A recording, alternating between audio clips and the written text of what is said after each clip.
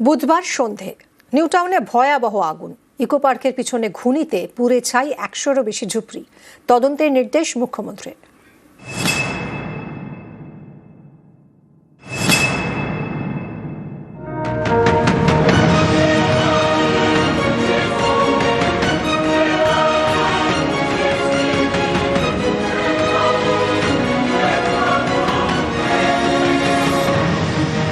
দাউ দাউ করে আগুন, পুড়ে ছাই একের পর এক ঝুপড়ি।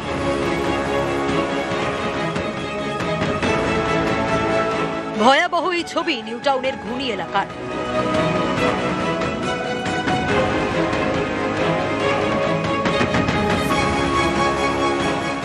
সন্ধ্যা 7টার দিকে আগুন লেগেছে। আগুন লাগার পরে তো সঙ্গে সঙ্গে তো দমকলও আসেনি, কোনো পুলিশ কাউকেই পাওয়া যায়নি। 50-60টা বালতি নিয়ে লেবারদেরকে দিয়ে আগুন এইদিকে নেবালাম, কিন্তু এদিকে আমরা আর কিছু করতে পারিনি। এই জন্য তো আমরা প্রচুর আতঙ্কিত। এই নিয়ে আমরা 3বার মৃত্যুর মুখোমুখি হয়েছি ম্যাডাম। ঘুনি এলাকাটি ইকো পার্কের পিছনে। এখানে রয়েছে একের পর এক ঝুপড়ি। ঘিঞ্জি এলাকা।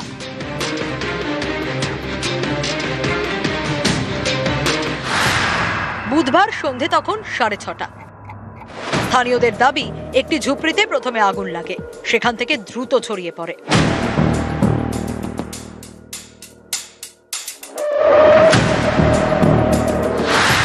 সন্ধে 7:10 ঘটনাস্থলে যায় দমকল। একে একে পৌঁছয় 20টি ইঞ্জিন। চলে আগুন নেভানোর কাজ, কিন্তু ততক্ষণে পুড়ে ছাই শতাধিক ঝুপড়ি। আমার অনেক ক্ষতি হয়েছে। আমার দুটো ঘর বোঝায় জিনিসপত্র, 20,000 মতন টাকা পয়সা সব পুড়ে আগুন ধরে গেছে। আগুনটা কোথা থেকে লাগলো? আগুনটা লেগেছিল আমার ঘরের পিছন থেকে। তার জ্বালাচ্ছিলেন কেউ? না, কেউ তার জ্বালাচ্ছিল না। আমরা সব ঘরে ঘুমোচ্ছিলাম, সেই সময় আগুনটা লেগেছে আমার ঘরের পিছন সাইডটা থেকে। লেগে সব পুড়ে গিয়েছে। আমরা আগুন লিভার চেষ্টা করছিলাম, আমাদের কল ছিল, কলের থেকে জল নিয়ে বালতিতে করে নিয়ে দিচ্ছে, কোনো কাজ হচ্ছে না। অ্যালুমিনিয়াম তার চালাতে গিয়ে ওটা থেকে আগুন লেগে গেছিল। ওটা কি বাড়ির ভিতরে জ্বালাচ্ছিল? না, ওই সামনে ওদের তো এরকম ফাঁকা ফাঁকা জায়গা থাকে, ওখানে পোড়াচ্ছিল। পোড়াতে গিয়ে আগুন এমনই ছিটকেছে, সে দাও দাও করে ধরা প্লাস্টিক থাকে, ধরে গেছিল। এবং উনি আর সামলাতে পারেন, উনি কাউকে ডাকিও উনি ভয়ে পালিয়ে এসেছে, আর ওই থেকে আগুনটা ছড়ে। ঝুপড়িগুলি পুড়ে ছাই। বাসিন্দাদের সরিয়ে নিয়ে যাওয়া হয় এলাকারই একটি প্রাইমারি স্কুলে। কিন্তু এই আগুন লাগলো কিভাবে? তদন্তের নির্দেশ দিয়েছেন মুখ্যমন্ত্রী।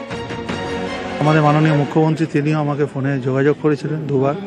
তিনি টাইম টু টাইম খবরও নিয়েছেন সব। তিনিও বলেছেন যে ভালো করে যাতে এটা এনকোয়ারি হয় এবং ফরেনসিক যা করবার সব কিছু পুলিশ এবং আমাদের ডিপার্টমেন্ট যৌথভাবে যা করবার রিপোর্ট তৈরি করবে। বুধবার রাত তখন 2টো। নিয়ন্ত্রণে আসে আগুন। শুরু হয় কুলিং প্রসেস। রাত পেরিয়ে সকাল। ঘুনি যেন ধ্বংসস্তূপ। কোথাও উঠছে ধোঁয়া, ছড়িয়ে ছিটিয়ে পোড়া সব জিনিস। আগুনে পুড়ে ছাই অনেক ঘর, অনেক ঠিকানা। নিউজ 18 বাংলা। নিউ টাউনের ঝুপড়িতে ভয়াবহ আগুন। প্রাণে বাঁচতে কেউ ঘর ছেড়েছেন এক কাপড়ে, কেউ শুধু আনতে পেরেছেন রোজকার ওষুধ। মাথার উপর ছাদ নেই। ঘুনিতে এখন শুধুই হাহাকার।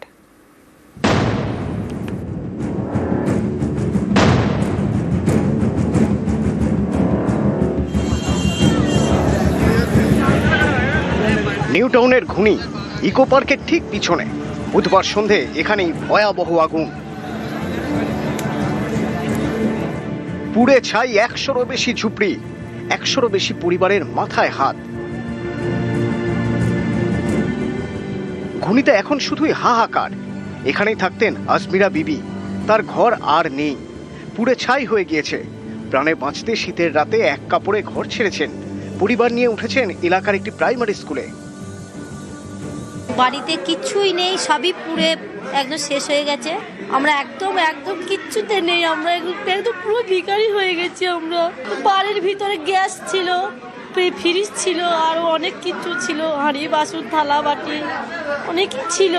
আমরা তো কাজ করি আর বানিয়ে রেখেছি, কিচ্ছুই নেই আমাদের। এক কাপড়েই বেরিয়ে এসেছি। ইনি আবুল হোসেন।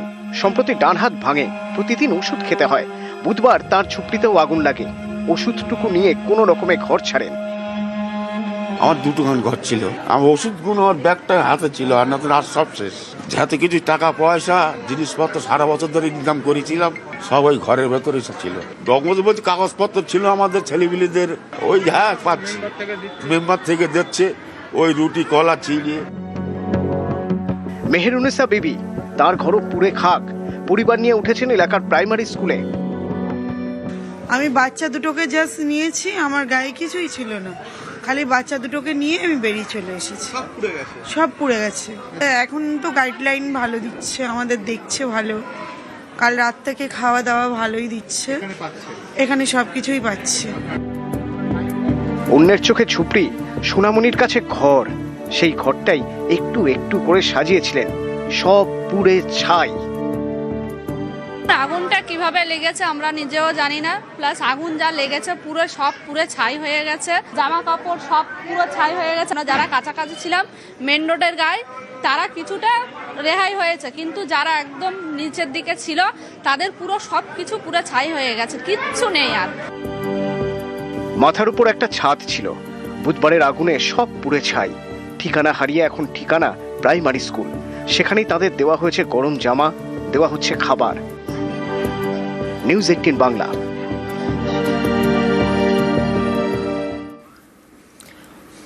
নিউ টাউনে ভয়াবহ আগুন, পুড়ে ছাই ইকো পার্কের পিছনে ঘুনির শতাধিক ঝুপড়ি। এই আগুনে গরম বাংলার রাজনীতিও।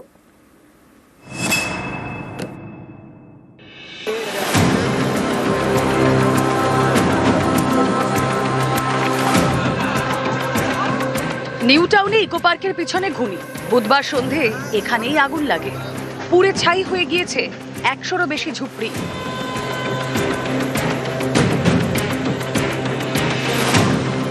এই আগুনকে কেন্দ্র করেই এখন রাজনীতিও গরম। বিজেপির আইটি সেলের প্রধান অমিত মালব্য সোশ্যাল মিডিয়ায় দাবি করেছেন, অবৈধ বাংলাদেশি এবং রোহিঙ্গাদের বস্তিতে এসআইআর শুনানির নোটিশ পাঠাবে নির্বাচন কমিশন। তার কয়েকদিন আগেই ইকো পার্কের কাছে ঘুনি বস্তিতে আগুন। এই ঘুনি বস্তিতে বাংলাদেশ থেকে আসা লোকজন থাকতেন। শোনা যাচ্ছে কিছু বস্তিবাসী ঘরে তালা দিয়ে সীমান্তের দিকে চলে গিয়েছেন বাংলাদেশে ফিরে যাওয়ার জন্য।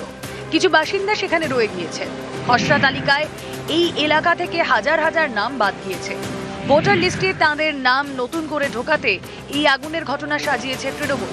বাসিন্দাদের আধার, রেশন এবং ভোটার কার্ড নাকি আগুনে নষ্ট হয়ে গিয়েছে। এই অজুহাতে তাদের নতুন নথি তৈরি করে নাগরিক বানিয়ে দেওয়া হবে। আগুন নিয়ে খেলছেন মমতা বন্দ্যোপাধ্যায়।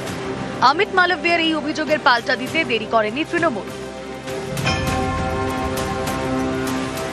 অমিত মালবিয়ার মনুষ্যত্ব বলে কোনো জিনিস আছে?